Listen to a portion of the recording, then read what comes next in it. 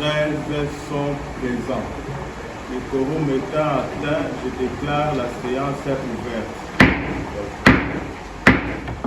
Madame la rapporteure, vous pouvez faire la lecture de l'objet à l'ordre du jour. Bienvenue à notre plénière de ce lundi 21 avril 2025 dans la salle polyvalente de la maison communale de Montréal. Nous passons à la table nominative. Pastor Nyangwile. Présent. Mampouya Yalal. Présent. Adian Toto. Jacques Muzama. Kalonji Kasongo. Kanda Luangomba. Tanga Kapenda. Kelende Ngolela. Mbemba Tanda. Mutanga Mwanza. Kapongo Kabadi. Kwamba Etienne. Le point 1, adoption de l'ordre du jour. Le point 2, PV de la plénière précédente. Point 3, communication du président. Le point 4, audition du chef de service urbanisme. Point 5, lecture du rapport partiel de la commission dirigée par l'honorable Djafar. Réceptionné en date du 9/4 une sollicitation, je fais l'économie directement. Alors l'honorable Jacques Muzama a estimé qu'il fallait inviter le chef de service urbanisme et habitat pour qu'il nous éclaire sur un certain nombre de questions. Je pense que vous avez les documents entre vos mains. Un certain nombre de questions, notamment qui octroie les espaces publics communaux. Quelle est la procédure d'obtention d'un titre précaire? Alors, si les questions sont mal formulées, le chef de service est là, il va nous éclairer sur cette question. Alors, l'honorable note que cette interpellation se justifie par le fait que la commune de Mongafula continue à perdre ses espaces publics réservés aux projets d'intérêt communaux. C'est ainsi que je souhaite que cette interpellation se fasse selon le calendrier que votre bureau va présenter. Donc, le collègue Muzama estime que depuis un certain temps, la commune de Mongafula est en train de perdre tous les espaces réservés pour les projets communautaires. Notre commune vient éclairer notre lanterne. Monsieur le chef de service, bonjour, au nom du conseil communal, nous vous saluons. Merci beaucoup d'avoir répondu à l'invitation. Merci, honorable président. Nous savons que Mongafula, notre commune, c'est une commune urbano-rurale. Mais Mongafula est en train de perdre sur tous ces espaces. À Mongafula, actuellement, on n'a pas même l'espace pour faire même un terrain de football. On n'a pas même l'espace pour la jeunesse, pour faire le sport. On n'a même pas l'espace peut-être pour mettre même des parkings. Et j'ai au moins 4 petites questions pour poser à notre chef de l'urbanisme. La première question est celle-ci, monsieur le chef de l'urbanisme. En réalité, qui octroie les espaces publics communaux ici à Mongafula? C'est ma première préoccupation. La deuxième préoccupation, quelle est la procédure d'obtention d'un titre précaire? Et la troisième, quelle est la responsabilité de votre service dans l'octroi des espaces publics aux tiers? Et la dernière, il y aura peut-être d'autres questions qui viendront après. Pour quelle activité exactement les services d'urbanisme donnent son avis favorable pour l'obtention d'un espace réputé public et communal? Je dis président et je vous remercie. Merci beaucoup, cher collègue. Aux préoccupations de l'honorable Jacques l'interpellateur, mais aussi évidemment vous allez répondre aux questions que les honorables ici présents qui ont déjà souscrit, je pense, à vous poser un certain nombre de questions. Vous allez y répondre. Quand surtout nous allons vous libérer pour aller vous occuper des affaires communales qui vous attendent. Vous avez la parole de tout.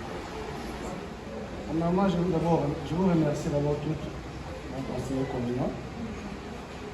Excusez d'abord mon commandement par rapport au retard que, avant que je puisse venir ici, j'étais au niveau du parquet.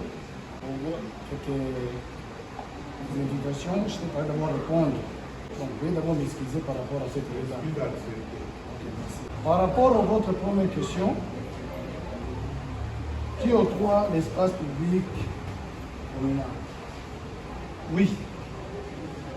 En principe, l'espace communal, il y a au moins 3 services qui octroient l'espace public. Premièrement, les services d'urbanisme. Je voulais peut-être quelque part essayer d'informer nos conseils communaux. Moi, je suis le chef du service d'urbanisme. Dans le ministère, nous avons le service, nous avons le ministère de l'urbanisme et habitat. Il y a un collègue qui occupe uniquement habitant.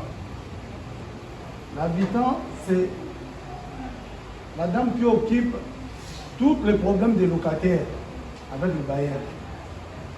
Donc, une ministère de l'urbanisme et habitat, mais ici, nous avons des chefs de service. Il y a un chef de service qui occupe seulement les problèmes des habitants, et moi, j'occupe seulement le problème de l'urbanisme. Donc, quand vous dites que là, le chef de service de l'urbanisme et habitant, oui, mais moi, je m'occupe seulement du service de Je voudrais apporter notre précision, c'est-à-dire que le ministère de l'urbanisme et habitat, mais dans sa coordination de travail, il y a un chef de service qui s'occupe uniquement de l'urbanisme.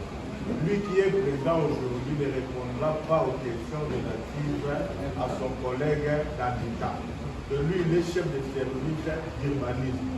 C'est pour laquelle je vais dire, nous avons au moins 3 services au niveau de la commune qui octroient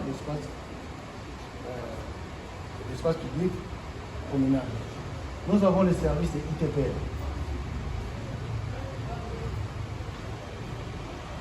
Le service de ITPR. Nous avons le service d'aménagement d'espace, aménagement territorial.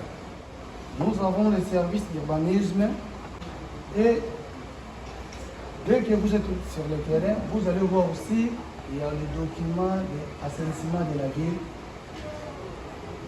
qui octroient aussi les documents. Donc, je n'ai jamais compris peut-être là où leur bureau ça se trouve, mais je vois aussi les documents d'assainissement de la ville qui viennent au niveau de l'hôtel de ville. Il y a des gens qui occupent, ils ont des documents